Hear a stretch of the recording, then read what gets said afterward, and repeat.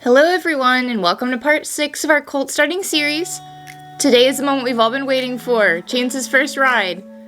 He's pretty comfortable with me sitting on him at this point, so we're just going to jump right in and get started. I do flex him several times before getting on to make sure he's with me mentally, but I'm going to give him his head while I get on to make sure he keeps his balance and doesn't get in the habit of taking a few steps forward while I'm still getting settled in the saddle. I will flex him after he adjusts his balance to accommodate my extra weight. You're going to see him licking and chewing more than usual here, which is understandable considering what I'm asking of him now. I'm going to give him all the time he needs to process what is going on and calm himself down.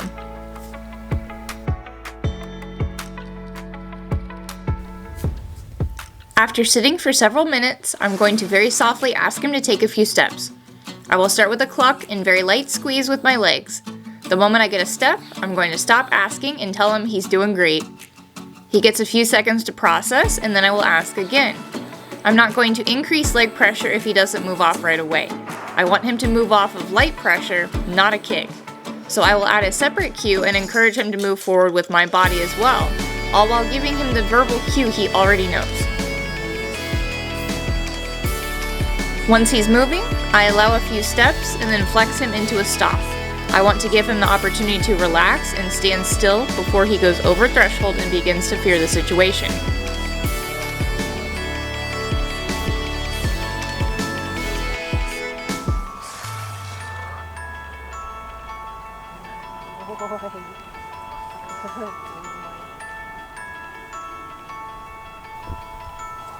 Now I've got my work cut out to get him moving again. I tell him walk on and cluck, which he knows very well from previous sessions, but the other cues are completely new and he has to make the connection between them. He's allowed to take his time and think about it. I want a thinking horse, not a reacting horse. He's also going to take some time to work out why I'm coming with him when he moves. It seems simple to us, but the horse has to figure all this out while it's happening. We have no way to explain it to them beforehand.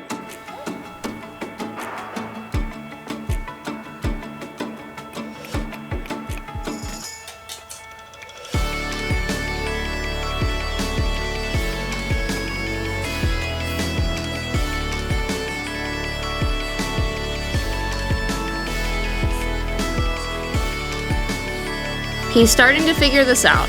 I still don't want him running off with me and freaking out, so we will go a few steps and then one rein stop. The reason I don't just pull back on the reins and whoa is that he would feel far more restricted and this could potentially push him farther over threshold. The one rein stop is great because he still has the freedom to move his feet but is unable to bolt or buck.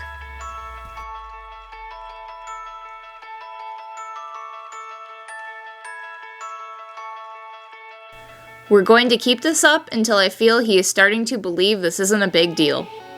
We will take a few steps, stop, flex, rest, rinse and repeat. But for now, I'm going to dismount and give him a short break.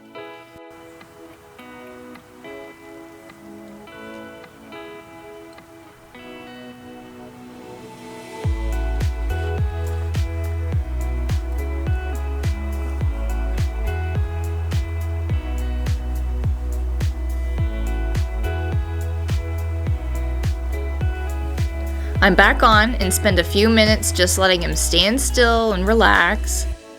Now I want to see if he will back up for me. He understands this task on the ground, but this is completely new to ask for it under saddle. I start with what he knows, pressure on the nose, and pair it with my weight shifting back in the saddle. I want him to connect my weight shift with his own, so he learns to listen to my body. As soon as I feel him shift onto his back legs and take one step backwards, I will release all pressure and let him rest and process. This is proving to be his most difficult task today, so I'm not going to ask for too much. Forward is much easier for him, so we're back to that. Working on tasks that are easy for him to get right will increase his confidence. A walk on is all he needs to get moving, and he takes a few steps with some minor hesitation. You can see him trying to work out what to do with all this extra weight on his back. Each step is careful and calculated, and I can feel him trying to maintain balance. He has to build the muscle strength and balance to carry a rider. He's 3.5 years old and still growing, so it's important that I don't ask too much of him. The combined weight of the saddle and rider should be below 20% of the horse's weight.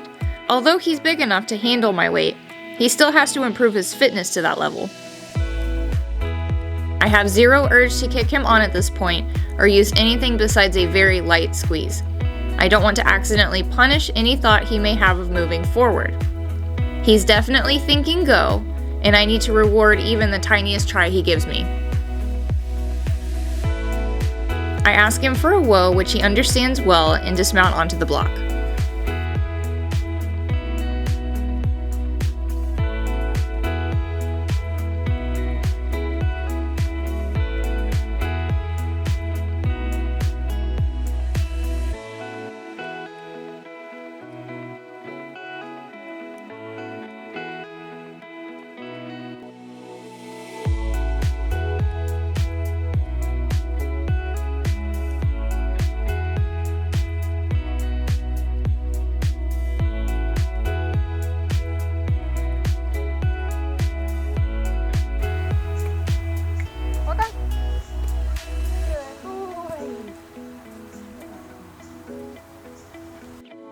So I expected him to be pretty hesitant and sticky when asked to move forward. He's a pretty low energy horse. I'm going to allow him to take breaks to avoid him becoming frustrated, but I do need to encourage him to maintain momentum. He's moving very nicely off my cues half of the time, so I will ask myself why he isn't moving off for the other half. I like to ask 3 questions when an animal does not perform when cued. Number 1. Does this animal know what I'm asking? Number 2, do I have this animal's attention? And number 3, does this animal feel that they can perform this task? So in this scenario, Chance does understand what I'm asking when I cluck or ask him to walk on, as he has demonstrated this ability. So yes, he understands what I'm asking. Do I have his attention? Yes, his ears are on me, and in some instances, he's actually turning around to look at me. So this leaves the last question. Does Chance feel that he can continue walking forward? Maybe he feels he may lose his balance, or perhaps he feels, like we all do, on that last rep of push-ups. Balance and stamina take time and muscle strength. I'm not going to get 100% from him this first ride, and that is okay.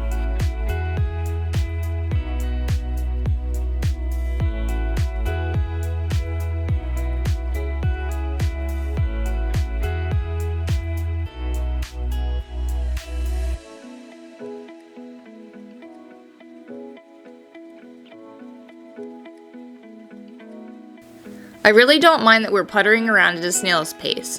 Any forward movement is good movement for now. I'm going to start asking him for turns more often, and we are not leaving this pin until it is solid in his mind that I do the steering. When I pick up the right rein, he stops and waits for my direction.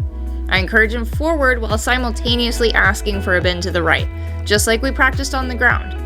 It takes a little persuasion, but he gets it. So I give him the reins back and only pick them back up to make corrections in his trajectory.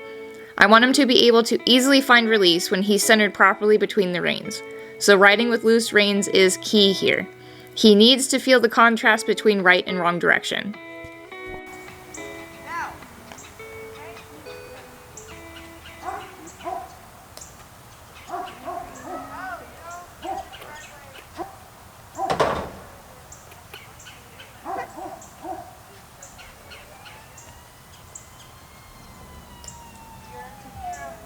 You see his head go up here and ears start searching. He's been alerted by a crying child at my neighbor's house. Thankfully, this is no big deal, and I just calmly urge him forward again. I do not want to lose his attention for long. If I was unable to get it back quickly, I would have asked him to flex his head to the side until he softened and relaxed. There he demonstrates how much he loves to stop.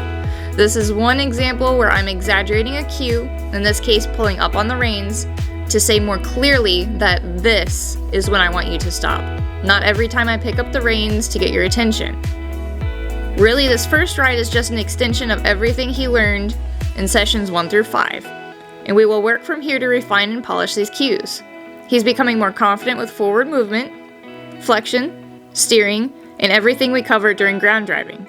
Be sure to watch those sessions if you missed them.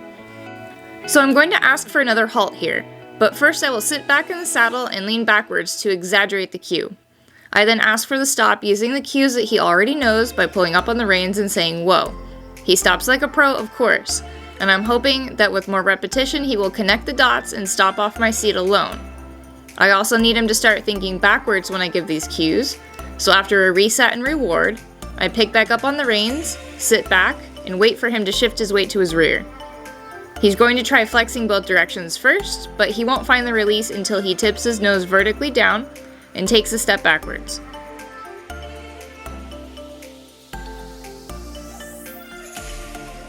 A little bit better than the first time, but we do still have some work to do.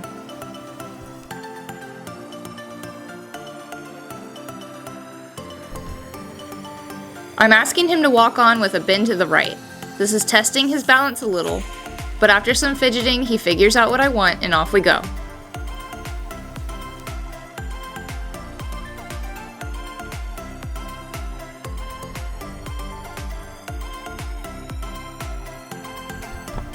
I do want to introduce neck reining right off the bat to encourage his softness and teach him to follow that open rein. Here I'm laying the right rein on his neck and opening the left rein. He will flex slightly to the left and the right rein will push him over. We practice this a couple times, and I do need to exaggerate my movements a little while he is learning. We are only a few minutes into his first ride and Chance is very relaxed and confident. He's not at all worried about me being up there and is calm enough to facilitate learning. If he were stressed, we would be seeing way more licking and chewing and far less learning and thinking. This is a great note to end on, however, I do want to nail that backup before calling it a day. His stop is perfect, so I'm going to go straight into the backup by shortening my reins, sitting back, and bumping my weight back.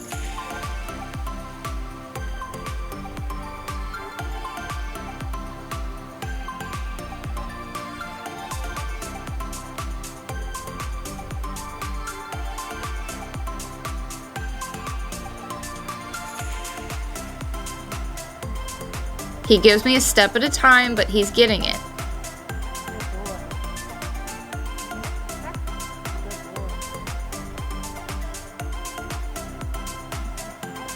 While I have his rear end, I'm going to ask for him to disengage and step his hindquarters to the left.